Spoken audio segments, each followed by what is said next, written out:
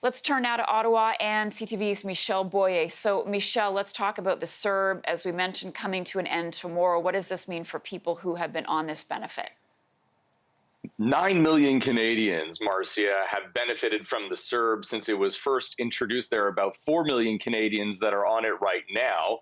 And it's estimated that there are about 2 that will automatically be transferred to EI. But of course, millions of Canadians still watching what is happening in the House of Commons as they await these new benefits.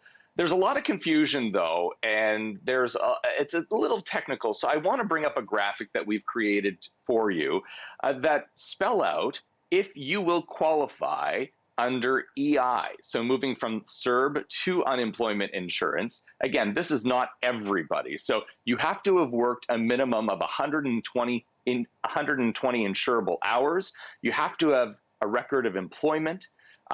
If you're receiving the CERB through the Canada Revenue Agency, you do need to apply for unemployment insurance again.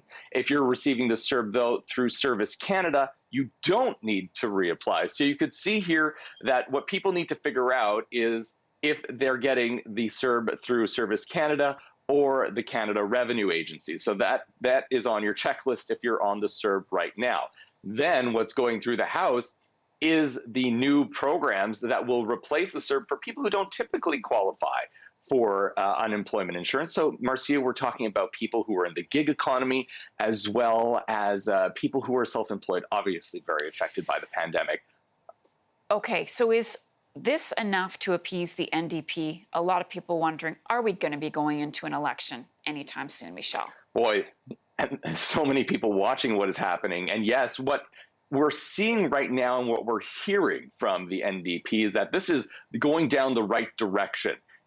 So what the NDP is doing is they're saying, listen, we're going to support your throne speech if you fix certain problems, like what the Liberals were doing was bringing down the weekly payment from $500 to $400 a week, a $400 a month pay cut. We did hear from Jagmeet Singh yesterday. Take a look at this.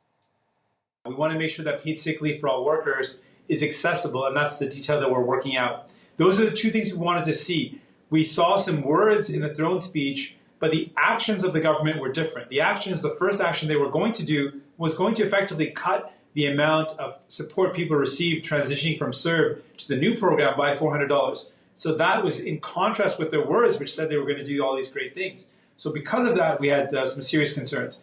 Now we're very optimistic that we can resolve this. Very optimistic. No election quite yet. However, Marcia, the NDP still wants some changes to the bill that is on the table. The bill we're talking about that they want changes to has to do with people who get sick or whose kids get sick. The NDP wants to make sure that if you have any symptoms at all, even if you know it's not COVID-19, get paid to not go to work. Michel Boyer, thank you for that.